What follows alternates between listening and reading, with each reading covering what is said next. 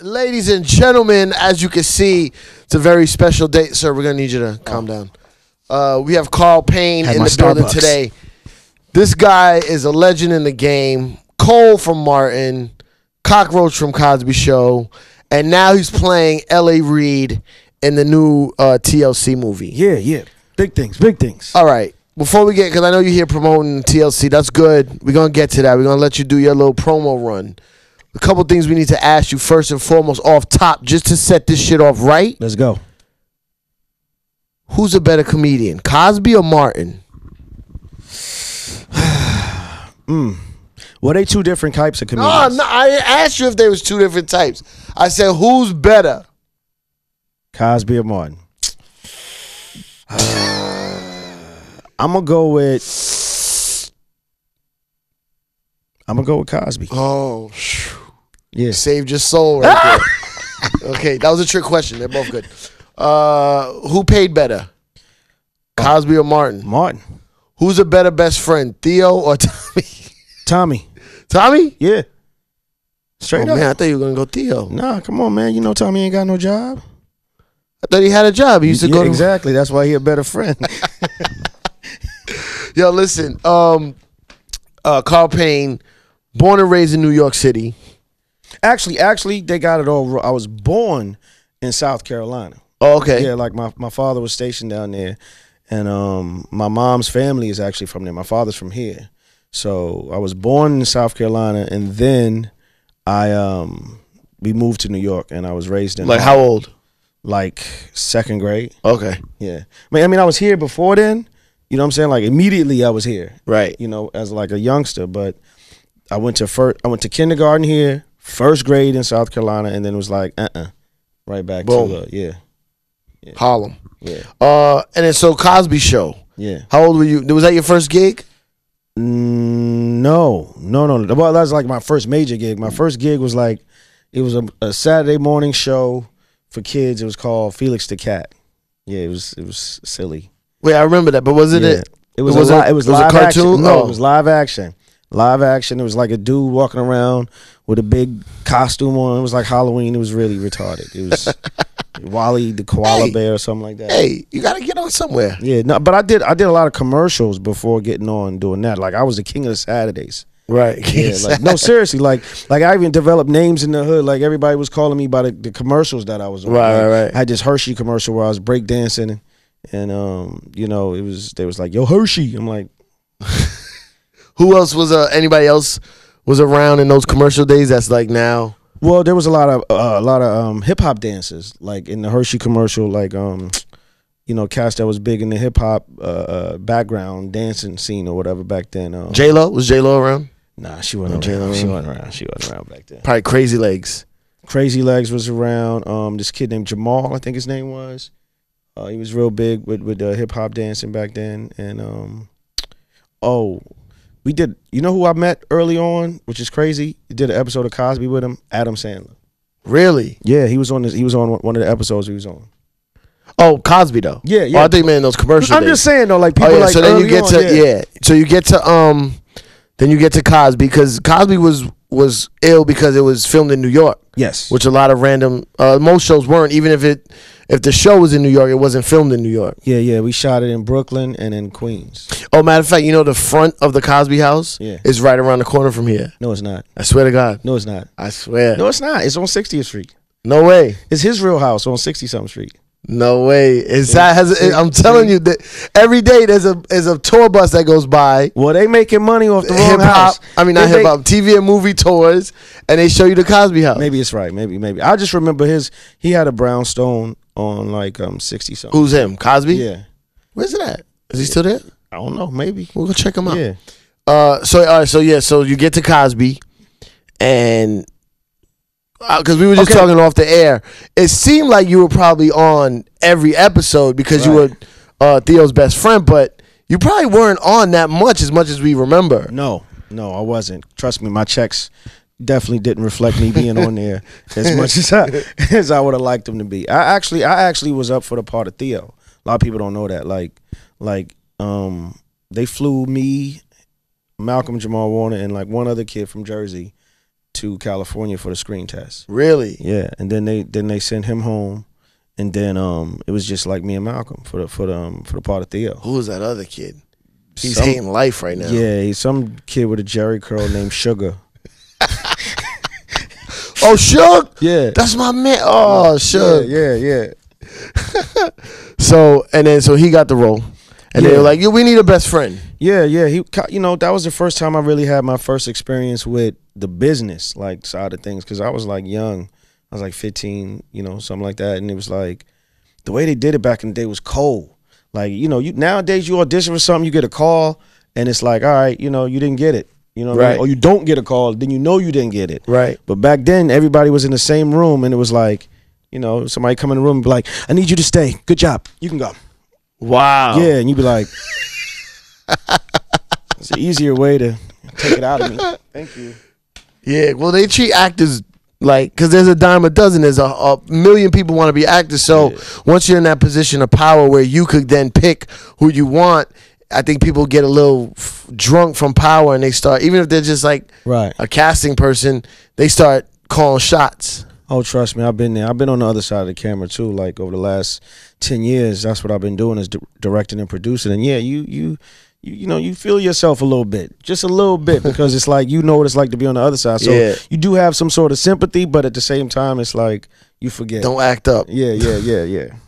So, what's a scandal from the Cosby Show that no one ever told that we need to know? Just give us a little scandal. Well, yeah, that means he already got something in mind. Like I think one of the coolest things that I used to like was that whatever we wanted or whatever we wanted to do, like he would make it happen. Like it was just crazy. Like we could see a model in a magazine. We could see like a supermodel magazine. Like, yo, she is bad. He'd be like, you want to hear? Be like, yeah. The next thing you know, Garcella's on the show. What? No, I'm just saying, something like that, things like that, kind of, But okay, so you was cool with him. Yeah. First name basis. Yeah. Like, no, Mr. C. We used to call him Mr. C. Right, because he was older than you. But would y'all hang out like? No, he treated everybody equal, man. You know what I'm saying? When I say equal, like the first time I got the part, the way he talked to me. Yeah, I didn't expect, this is Mr. Cosby. You know what I'm saying? It's the Jello pudding dude. I was really shocked because when I came in the room and I was like, so he was like, all right. And I was like, what's up? He was like, fuck you mean? You know what I'm saying? Like that, fuck you mean? I was like, he was like, what you think I called you in here for? Of course you got the part, but he had his feet up and he was smoking a cigar and he farted. like at the same time, he was like, dang. And it was like, all right, so we're going to start with tomorrow. We're going to be at work, you see. And I was just kind of like, this dude is a real dude with his feet up, farting, smoking a cigar in my face. So, yeah, he was just. Well, how did he treat, like, because it was like a lot of people that came through that show that were like, up and coming people and then became stars or moved on. Like they say they start was from Cosby, even if it was like the warm-up comedian to the Sam Jackson. Yeah, Sam Jackson. Many people don't know Sam Jackson was his stand-in. Yeah, so when Bill was too busy, Sam would fill in. That's the first time I met Sam, and Sam is a cool dude. Sam. Like, how many people did he help? Like in those days, give an opportunity to? Like, let me tell you something. The Cosby Show's platform alone was huge. Yeah. You know what I'm saying? So from the writing staff to whoever made a guest appearance on the show, I mean, you can't find a bigger platform or a bigger people jumped off from. Yeah. What happened to that little white kid Pete? He couldn't stop laughing. I don't know what's up with Pete right now, man. He couldn't get it together, man. Pete was almost out of there a couple of times. Because it's like, even though he was Jello pudding, man, his patience was really not. Yeah. His patience was not Jello pudding at all. Yeah. He was like, look, this little nigga's time is money. He's gonna laugh again, man. You not gonna be in the scene. Like, that's how it was. Like, for real. Anybody you keep in contact with still? Like, who's the closest? Malcolm. I still mess with He's Malcolm. Closest? Yeah. So then that show ends. All right, peace, good thing, different world, blah, blah, blah. You go on to do Martin. Yeah. How'd you get that? I had moved to LA. I met him at a premiere. After Cosby Show, you moved to LA? Mm-hmm. after Howard University. Right. So oh yeah, you went to Howard. Yeah. So I'm in LA, and they, Paramount Studios did like a little screening for his HBO comedy special, and I ran into him there, and I was just like, I thought we just kind of hollered at each other real quick, like, and then he knew who you were. Yeah. Did everybody call you Cockroach back then? Yep. Or depending on where you from, cockroach, like with the extra syllable in it. Like, it's not just cockroach. You cockroach, right? Or you get the people who don't know, what I'm saying? Hey, you pork chop. Nah, what the name is? What the name grasshopper. is? What grasshopper, right. Nah, that ain't it. Come on, look here, Hollywood. What's your name? Hollywood? So, cockroach. So I met him at the premiere for his little comedy special, and then I was on tour doing a play actually, and I got a call from my agent to come back and do this audition. And I was like, it was like for this show called Martin. I was like, well, what's it about? And it was like, this guy's a comedian, and I'm like, Dragon Breath from House Party? Like, yeah. I mean, so that's how Unknown Martin was at that time? Like, he had just done House Party, and that's it. Wow. But it's about your team, man. It's about your team for real. And so I was like, Dragon Breath got his own show? Like, it just didn't even. It's like, all right, whatever. Well, you never saw him do stand up before that or anything? I never. Right. I never even knew he was a comedian. Yeah. So I went and auditioned, and then I left again. And then she was like, you need to come back. I was like, why? He was like, because he wants to have lunch with the cast tomorrow. I was like, well, what that got to do with me? And she was like, because you got the part. And I was like, word? Wow. So then one day we was all sitting around like on the set. You know how you ask him, like, what made you choose this person, or what made you choose that person? And because he knew Tommy. He actually knew Tommy and Tisha from before. Yeah, well, Tisha's in House Party, so right. That's what I'm saying. So he knew them already. Yeah. Tashina and I were the only two people that he didn't know from before, so to speak. And but I knew Tashina from my school and growing up here in New York. Yeah. So he basically That's dope. Yeah, he basically told everyone why he picked everybody. So he told me I just made him laugh. He was like, nigga, you know. Well, that's good. You already had like some notoriety from Cosby. Yeah, but it's different. Like his style, and like we was talking earlier. Oh no, it's complete different character. So it could have worked against me, really. Yeah, because that's true. Like, but that's true. Yeah, I need some actor advice, and for actor people, right? I do improv comedy. I did stand-up comedy, then I started doing improv, and I realized I got like an acting bug. You know what I'm saying? Right. I always wanted to do it, but I was like, I'll never even, I don't have time for that, or I'll never make it. Now that I'm on stage every other night, right, making up stuff on the spot, I want to go further with it. Okay. What's the proper steps? And this, me, I'm an old man, but like the kids watching, like you went to LaGuardia High School, which is performing arts. Yeah. What's like just a couple pieces of advice that kids need to know? The real advice, not like it's different. Get your headshot together and find an agent. Like today, you got to be a student of the craft, like, and study the way the business is now. Because it's not the same as it was before. So yeah, now, if you got 12,000 million YouTube hits, or if you got you know what I'm saying? You got. So they look for that too with actors? Absolutely. Because we look for like artists that give us records and stuff. We like, how's your social media? It's the same thing. I mean, I hate it. I really hate it. Like, I sincerely hate it. Like, the fact that social media drives any of this is retarded to me. Like, how would you get social media hits as an actor? Easy.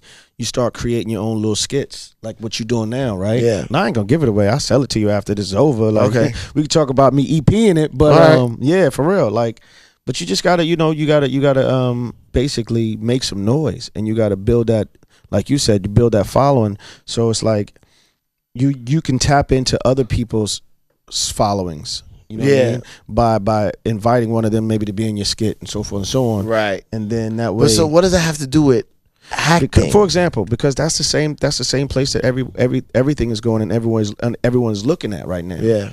You know what I mean? I mean, look at Affion Crockett, right? He was a comedian, started doing these YouTube skits, which led to his own show. Right.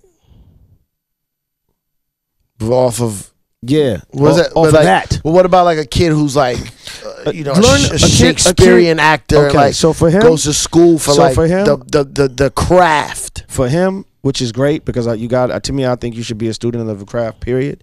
For him, I'm gonna say you gotta basically go.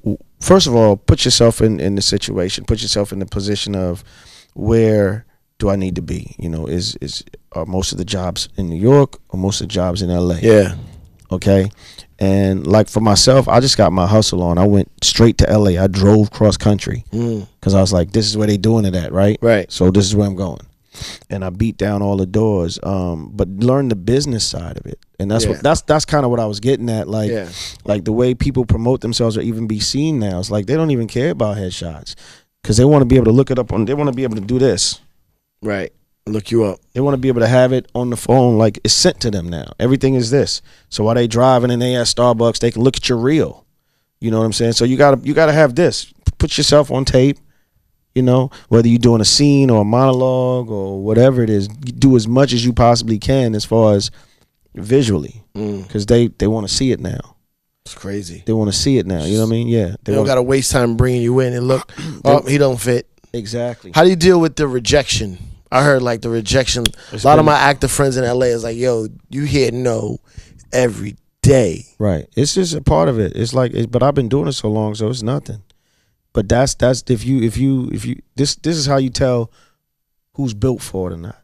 Right. If you don't, I mean, you got to be a little bit of a sadist, I guess. A little bit, because you know you like it, right? You keep coming back and they keep saying no because you know that one yes. Yeah. Could change everything. Could change everything for real. Like people don't understand, man, how it goes down when, like, say you go into for a sitcom, right?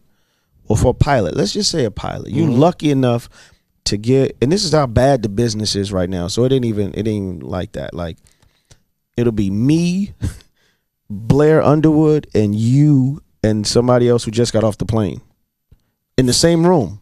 Same role. Yeah, like you're like, what? We worked hard, but not really that hard now, right? So, long story short, let's say you get fortunate enough to make it, you know, to the pilot, and you're down to like maybe the last 3 people that are gonna go into the room. Yeah. Well, what they do is they give you your contract before you go into the room, before you go into the screen test, before you go for the last call for the producers and all that. You've already negotiated your deal. Already negotiated what you'll get paid for the pilot, and if it gets picked up for the next 5 years of your life. Now here's the fucked up part. You make the deal in the hallway. Yeah, right. Here's the fucked up part, because you look at this like you already nervous, maybe you already trying to get in the zone, you know. Right. And now you're looking at a piece of paper like, yo, if you fuck up, this is what you could have had. Right. I don't want to see that right now. I don't want to see that if I don't get this actual number. Yeah, I don't want to see that number right now. I don't want to see that. But that's what happens right before you go into the room, because you have to sign it there in front of them. So you sign it, 3 people sign it, one's going to come out with the job, the other 2 get ripped up. It doesn't even matter. It was like a waste of paper. But you go in there, and if they go, okay, we want him, you already signed. You already signed. Because you can't flip afterwards, be like, okay, you want me? Yeah. All right, well, I need this, this, and this. Exactly. Jeez. Exactly. But like I said, the messed up part about it is, like, you know, that's where that one yes comes in the map. You know what I'm saying? Because you're like, yo, that one yes. And now, like what you're talking about with social media and all these other things, you can ride that wave. You can make it happen, you know. Look, this is advice from a man that you need to listen to. But learn the business. Learn the business, because the business is bigger than the show. Trust. We take it to current times. You play L.A. Reid in the TLC movie. Yeah. I used to work for L.A. Reid. Oh, for real? So I want to know, how much research did you do? All right, check it out. Do you wear slippers at the office? If you don't have a pair if you don't have a pair of crushed velvet velvet joints, right? The crush on in the movie with the emblem on them. If you don't have those on, the movie is shit. Well, actually, yeah, I had I had nothing on my feet under the desk. No, I'm just playing. No, because now that I think about it, TLC days was early LA Reid, so he might not have been in slipper mode. See, this is what happened when I auditioned for the role, right? This is how it happened. Chili called me, right? She said, "Oh, okay." I was in La-dee-da. I was in Atlanta, right? Which I'm now making my new home, right? So I'm down there, and if anybody knows this chick, she's like, she's crazy, but crazy good, but she's loopy. Like, I love her, but she be all over the place. You know what I'm saying? I'll call about one thing, and she'll call me back. Look, how long you in town for? I'm here till whatever. Okay, look, I need you to come in. I need you to come in and read this. Like, we doing this movie about our life and da-da-da, and I want you to meet the casting director, and I just want you to meet him because, you know, we ain't been happy with the casting lately. We're not happy with the different people, and some of the different stuff, and so I think you'll be really good for it. I think, you know, because she's seen me do my serious stuff. See, a lot of people know me for comedy, but like we were classically trained from. So she was like, and I think you could bring something to it. And I was like, all right, whatever, girls, no problem. You know, and then I thought about it after the conversation. Like, I'm going to be playing somebody who's still alive, who's a legend. She told you it was for LA Reid? Mm-hmm. Oh. Who's a legend in the industry. Mm-hmm. You know what I mean? Who's, you know, just iconic. So I was like, okay. Once, I didn't think about that part about it until after I got the part. Right. But how I approached it, like, I go all out. So I couldn't make the audition. I couldn't, you know, my schedule wouldn't allow me to make it. But I thought it would be a good opportunity for people to see, you know, my range and to see, you know, like a lot of the roles I've been taking lately, like The Game, the male prostitute on The Game and stuff like that. Like, just people need to see me in a different light. So I basically went and had a makeup team come in and put me a bald wig on, like they, you know what I'm saying, they made me look bald. I shaved all my facial hair off, and I like transformed into LA Reid. And to put on tape? Yep, to put on tape. And I taped the whole process, and then I did the audition on tape, and then I sent that in, and that's how How did you know how to act like him, though? I basically went through tons and tons of, because I thought to myself, should I, obviously, before I got the role, I can't just go up to him and be like, yo, I had an audition. Let me hang out with you, right? So I studied tons and tons of footage. Like, I just watched as much footage as I possibly can from YouTube, from everywhere. Like, I gathered all this. What footage would be of him, though? It's not like there's a lot. Really? That's interviews and stuff? Yes, right. That's what I'm saying. That's it. So I wanted to get his mannerisms, his cadence, how he talks, you know, and how he looks at you, you know, and how he pronounces his words, how he enunciates, and the different small details of him. That's what I want. How long did you do that before you put the makeup on and did the audition? I studied him for like a week. Damn. Yeah, like a week. Like, when you study somebody like that, when you go out to order dinner, do you do it in that character or I did find myself doing it. I'm sure if you're getting into a role, like, I'm sure it's on your brain all the time, and even by accident, you might just see. That's what we are, though. We're chameleons, man. We adapt. You know, I mean, you know, one thing I won't do is, like, if I move to Europe, I'm not gonna start talking with a British accent. That's not gonna happen. Like, I'd rather do that here because nobody else does it here. I'm not gonna do it there where everyone else sounds like that. You know, like, you see Johnny Depp, you see Tina Turner, motherfuckers is over there now. You know, they come back here and they're like, yes, you know, so like, this is me sitting here like this now, talking about like I'm from Harlem. You know, so I'm like the Polo Grounds. This is where I grew up. Yes. Fuck, nigga be like, what is this pretentious nigga talk about? Like, no, I'm never gonna do that. But, you know, I will assimilate in the process, you know. So you do this shit on audition. Hey. Thanks. Appreciate that. You get the role. Yeah. From the tape? Yeah, I got the role from the tape. Like, they were really excited about it, and I was really happy. But then it set in after the fact, like, yo, you really got to do this now. You know? And it wasn't like, and here's the funny thing, like, it wasn't like right after I did that, they was filming. Right.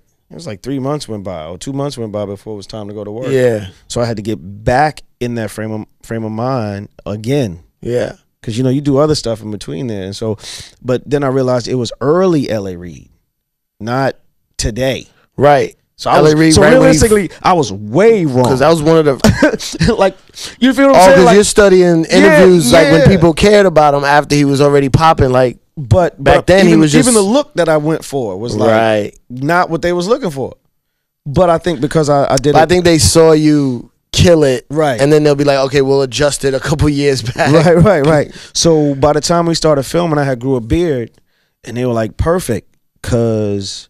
You He had a beard and the curl back then. And, I didn't get a curl. I mean, my hair's already, you know what I'm saying? We got some West Indian in it, so, so we good. But it was perfect for, like, where, that time of period. So who else is in the movie? I know Lil Mama plays. She killed it, man. Left Eye. Let me tell you something. She killed it, and I'm really happy for her. I heard, yeah. Like, people, I'm going to compare Lil Mama right now to the Hyundai, right? Like, you remember when Hyundai first came out, and then it got a bad rep, right? It's taken a long time. Like, the car's probably a good car right now. Yeah, a lot of people own this car, but they still like, yeah, but it's still a Hyundai, And it's like, no offense to the Hyundai users, you know what I mean? But, it's like I think people deserve second chances. She had got a bad rep for a minute, yeah, and I used to see her all the time in L.A.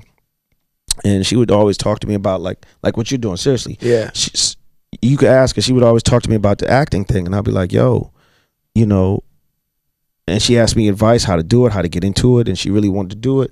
And I would give her. She would call me and be like, "Yo, I got an audition," and I would help her. Yeah. Like I basically, encouraged her to do this. Yeah, I encouraged her to do it. So when I found out that she was on this film, first thing she did was call me and was like, "Yo," and I was like, "That's what's up." I was like, "Now's your time." Yeah. And there was a moment on the set where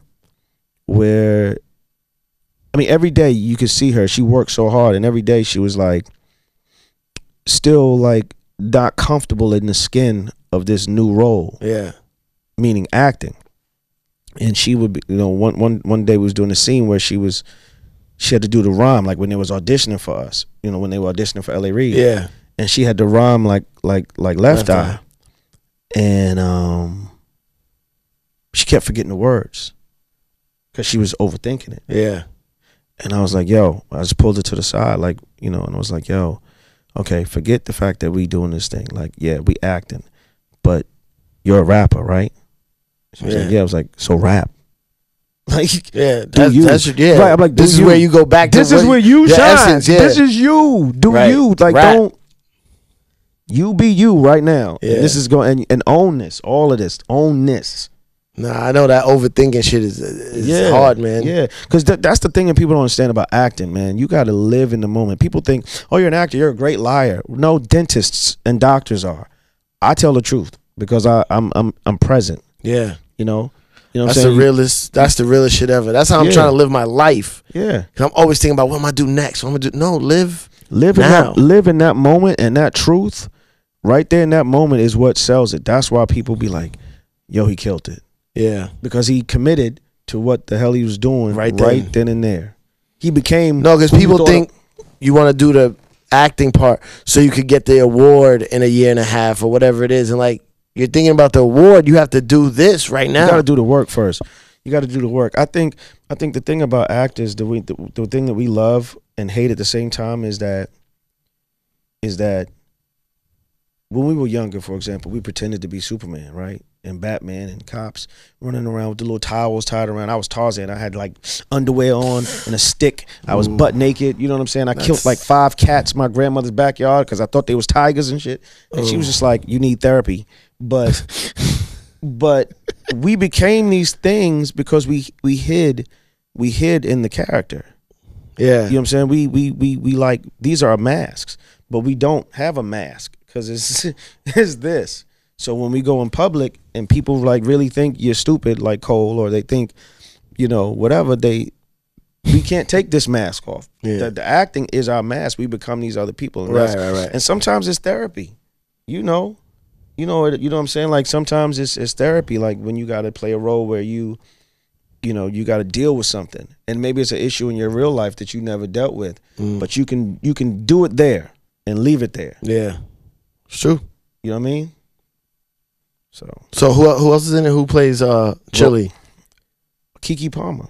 Wow, Keke Palmer plays Chili. And who plays Drew Sidora. She did what did she do? She's done several things. I can't. I've worked with her in a couple of plays.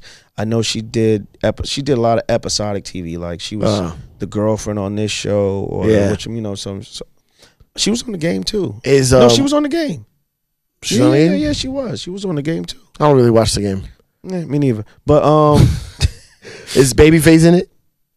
I mean, is somebody playing Babyface? I don't think so.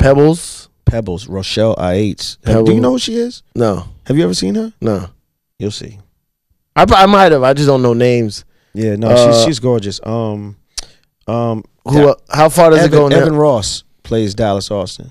Oh, Dallas Austin's a big deal. Yeah. I'm trying to think who's the major people in the TLC. So, how much of their life is it? They go through the whole story all the way. Yeah. So now, basically, they go through the whole story. So I think the major players was obviously the group, L.A. Reid and Pebbles. Do they show? They got signed. T-Bob's getting married to Mac 10. Is Mac 10 in there? They show the house on fire. With Andre Rison, they show how. Left Eye. Yeah, they go through all of that. They throw his Timberlands in the bathtub. Yeah, you know what I mean? They go through all of that. So, yeah. Sounds good. It looks like a dope movie. And I saw TLC perform at Drake's concert in Toronto, and Lil Mama comes out as Left Eye. A word. Yeah, just one song, but that's crazy. Dope. Yeah. I didn't know that. That's ill. I think she might be like on the road with them sometimes. That'd be hot. That'd be hot. That's good for her. That's what I'm saying. That's certain parts. Certain parts they just let the song play, and people sing the words. But then I think on Waterfalls she comes out as Left Eye. That's hot. That's hot. I mean, like tonight is the premiere for VH1 here in New York, but the crazy shit is that they didn't do one for Atlanta, which is like, well, welcome to the game. Yeah, well, I'm doing one. I'm doing one next week in Atlanta. Okay, I'm gonna do it. Live your life. How you not going to do it in Atlanta where everybody's from, where it all started, where they people still live, for press and stuff. Yeah, well, I'm gonna do it next week for the people. Hey, look, Carlos Payne, because you heard him speak Spanish. Yo, growing up, they thought I was Spanish uptown, man. They did. Yeah, you could pass with Dominican in Harlem. Mira, ven acá. Yo, check out the movie and follow this guy. He's got more stuff coming out. Yes. Thanks for doing the show, man. Appreciate it. Thank you. I like this. This is comfortable. This is real. Oh, on Twitter at the Carl Payne, on Instagram at the real Carl Payne. You'll be following me for nothing because I rarely tweet or send pic. No, I'm just playing. Just Yeah, put some shit up, man. I do. That's what I'm gonna do. I'm gonna take a picture of my shit and put it up there tomorrow.